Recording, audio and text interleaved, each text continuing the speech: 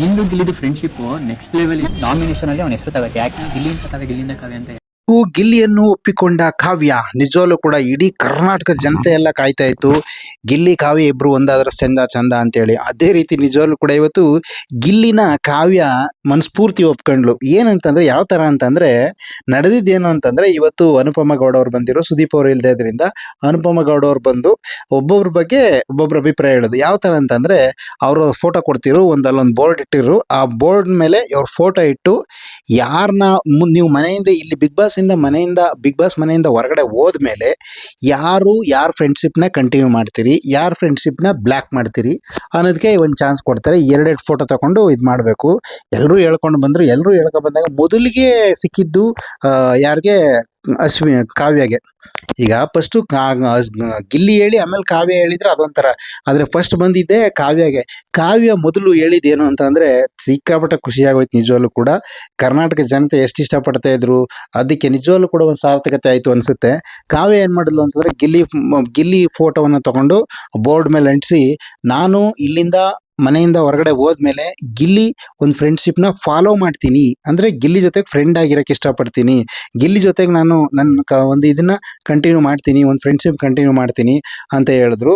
ಜೊತೆಗೆ ಯಾರ ಫ್ರೆಂಡ್ಶಿಪ್ನ ನಾನು ಅವಾಯ್ಡ್ ಮಾಡ್ತೀನಿ ಅಂತ ಹೇಳಿದ್ರು ಅಂತಂದರೆ ಅಶ್ವಿನಿ ಗೌಡ ಅವ್ರನ್ನ. ಯಾಕೆ ಅಂತಂದರೆ ಇಬ್ಬರಿಗೂ ಕಾರಣ ಕೊಟ್ಟು ಏನಂತ ಕಾರಣ ಕೊಟ್ಟರು ಅಂತಂದರೆ ಗಿಲ್ಲಿಯಿಂದ ನಾನು ತುಂಬ ಕಲ್ತಿದ್ದಿದೆ. ನನಗೆ ಯಾರೂ ಈ ಮನೇಲಿ ಇದ್ದಾರೋ ಇಲ್ವೋ ಗೊತ್ತಿಲ್ಲ, ಆದರೆ ಎಲ್ಲ ಟೈಮಲ್ಲೂ ನನ್ನ ಜೊತೆಗೆ ನಿಂತವನು ಅಂತಂದರೆ ಗಿಲ್ಲಿ.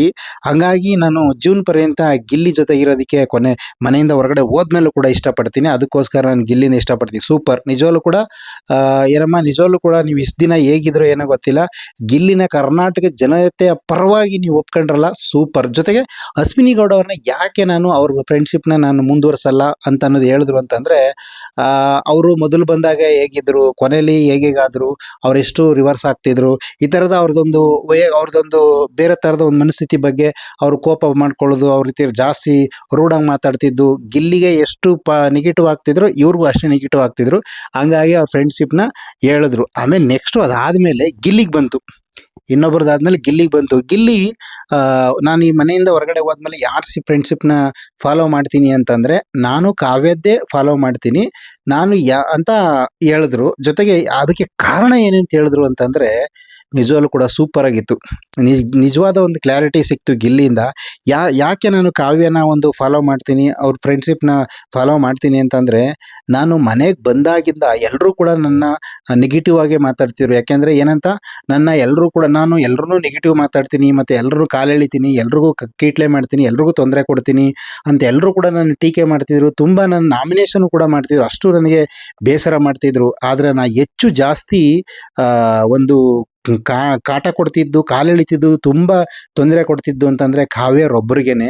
ಆದರೆ ಎಲ್ಲರೂ ಕೂಡ ನನಗೆ ಅವಮಾನ ಮಾಡಿದ್ದಾರೆ, ಬೈದಿದ್ದಾರೆ, ನಾಮಿನೇಷನ್ ಮಾಡಿದ್ದಾರೆ, ಕಂಪ್ಲೇಂಟ್ ಮಾಡಿದ್ದಾರೆ ಸುದೀಪ್ ಸರ್ ಬಂದಾಗೆಲ್ಲ.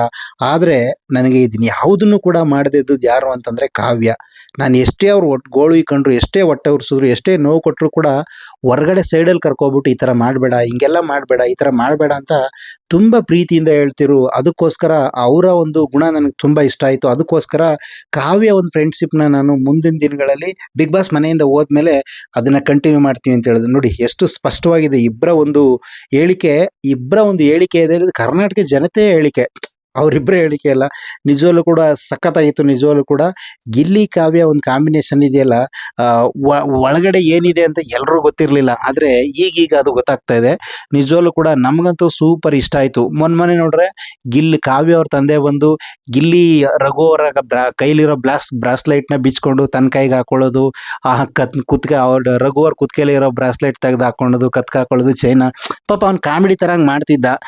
ಜೊತೆಗೆ ಏನೋ ಗೊತ್ತಿಲ್ಲ, ಆತನ ಬಡತನನು ಅವನ್ನೆಲ್ಲ ನೋಡುವಷ್ಟು ಶ್ರೀಮಂತಿಕೆ ಗಿಲ್ಲಿಗಿಲ್ಲ. ಆತ ಕಷ್ಟಪಟ್ಟು ದುಡ್ದೇವೆಲ್ಲ ತಗೋಬೇಕು. ಆ ಥರ ಮಾಡ್ತಿದ್ದೆಲ್ಲ ನೋಡಿ ಕಾವ್ಯನ ನೋಡೋಕ್ಕೋಸ್ಕರ ಮತ್ತೆ ಬಿಗ್ ಬಾಸ್ ಕಾವ್ಯ ತಂದೆ ಇಬ್ಬರನ್ನು ಎಂಟ್ರಿ ಕೊಟ್ಟಾಗ ಕಾವ್ಯ ತಂದೆ ಕೊಟ್ಟಂಥ ಗಿಫ್ಟ್ ಇದೆಯಲ್ಲ, ಅದು ಸಿಕ್ಕಾಬಿಟ್ಟೆ ವೈರಲ್ ಆಗ್ಬಿಟ್ಟಿದೆ. ಆ ಕೊಟ್ಟಂಥ ಗಿಫ್ಟು ನಿಜವಲ್ಲೂ ಕೂಡ ಗಿಲ್ಲಿಗೆ ಒಂದು ಪ್ಲಸ್ ಪಾಯಿಂಟ್ ಆಯಿತು. ಗಿಲ್ಲಿ ಏನು ಮಾತಾಡೋಕ್ಕಾಗಲ್ಲ, ಒಂದು ರೀತಿ ಮೂಕ ವಿಸ್ಮಿತನಾಥ ಆಗ್ಬಿಟ್ಟ. ಹಂಗೆ ಗಿಲ್ಲಿಗೆ ಕಾವ್ಯ ತಂದೆ ಮೊನ್ನೆ ನೋಡಿದ್ರೆ ಬ್ರಾಸ್ಲೈಟ್ ತಂದು ಹಾಕಿದ್ರು. ಇವತ್ತು ನೋಡಿದ್ರೆ ಕಾವ್ಯ ಏನಂತ ಹೇಳ್ತಿದ್ದಾರೆ, ನಾನು ಗಿಲ್ಲಿ ಫ್ರೆಂಡ್ಶಿಪ್ನ ಮುಂದೆ ಹೋದ್ಮೇಲೆ ಕಂಟಿನ್ಯೂ ಮಾಡ್ತೀನಿ ಅಂತ ಹೇಳ್ತಾರೆ. ಜೊತೆಗೆ ಅವ್ರ ತಮ್ಮ ಕೂಡ ಅದೇ, ಗಿಲ್ಲಿದು ನಿಂದು ಒಳ್ಳೆ ಬಾಂಡಿಂಗ್ ಇದೆ, ಒಳ್ಳೆ ಫ್ರೆಂಡ್ಶಿಪ್ ಇದೆ, ಅದನ್ನ ಯಾವತ್ತೂ ಬಿಟ್ಕೊಡಕ್ಕೆ ಹೋಗ್ಬೇಡ, ಅದನ್ನ ಯಾವತ್ತೂ ಇದು ಮಾಡಕ್ಕೆ ಹೋಗ್ಬೇಡ, ನಾಮಿನೇಷನ್ ಮಾಡಕ್ಕೆ ಹೋಗ್ಬೇಡ, ನೀನು ಯಾಕೆ ಅವ್ನು ನಾಮಿನೇಷನ್ ಮಾಡಿದೆ ಅಂತಲೂ ಕೂಡ ಮನೆಗೆ ಬಂದಾಗಲೂ ಕೂಡ ಆತ ಕೇಳಿದ.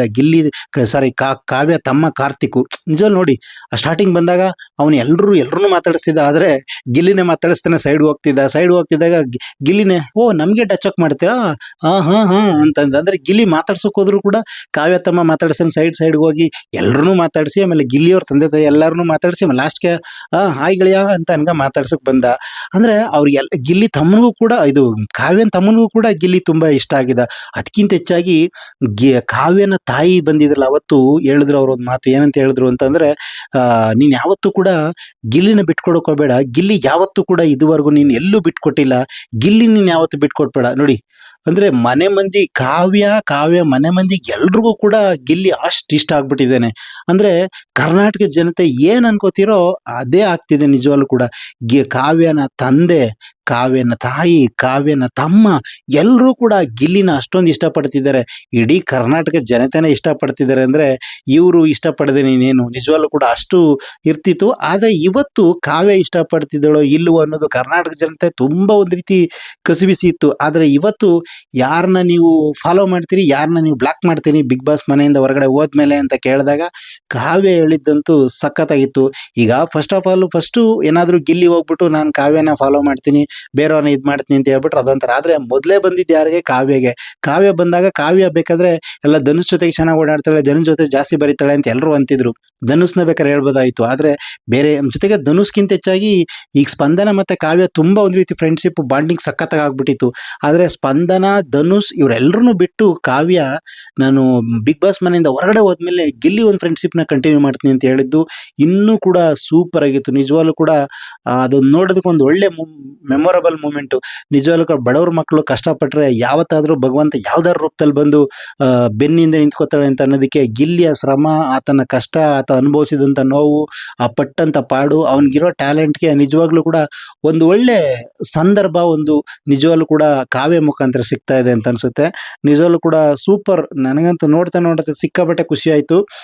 ಒಂದು ಕಡೆ ಮಾಳು ನಿಪ್ನಾಳು ಹೋಗ್ತಿದ್ರು ಕೂಡ ಇದ್ರ ಮಧ್ಯದಲ್ಲಿ ಗಿಲ್ಲಿ ಮತ್ತು ಕಾವ್ಯದ ಒಂದು ಮೂಮೆಂಟ್ ಸಿಕ್ತಲ್ಲ, ಸಖತ್ತಾಗಿತ್ತು. ನಿಜವಾಗ್ಲೂ ಕೂಡ ಅವ್ರ ಬಗ್ಗೆ ಏನು ಹೇಳಿದ್ರು ಕೂಡ, ಅದರಲ್ಲೂ ಗಿಲ್ಲಿ ಹೇಳದ್ದಂತೂ ನನಗೆ ಎಷ್ಟೇ ಜನ, ನಾನು ಎಲ್ಲರನ್ನೂ ಕೂಡ ಕಾಲು ಎಳಿತಿದ್ದಿ, ಎಲ್ರಿಗೂ ಕೂಡ ಕಾಟ ಕೊಡ್ತಿದ್ದಿ. ಆ ಗಿಲ್ಲಿ ಗುಣನೇ ಅದು ಅನಿಸುತ್ತೆ.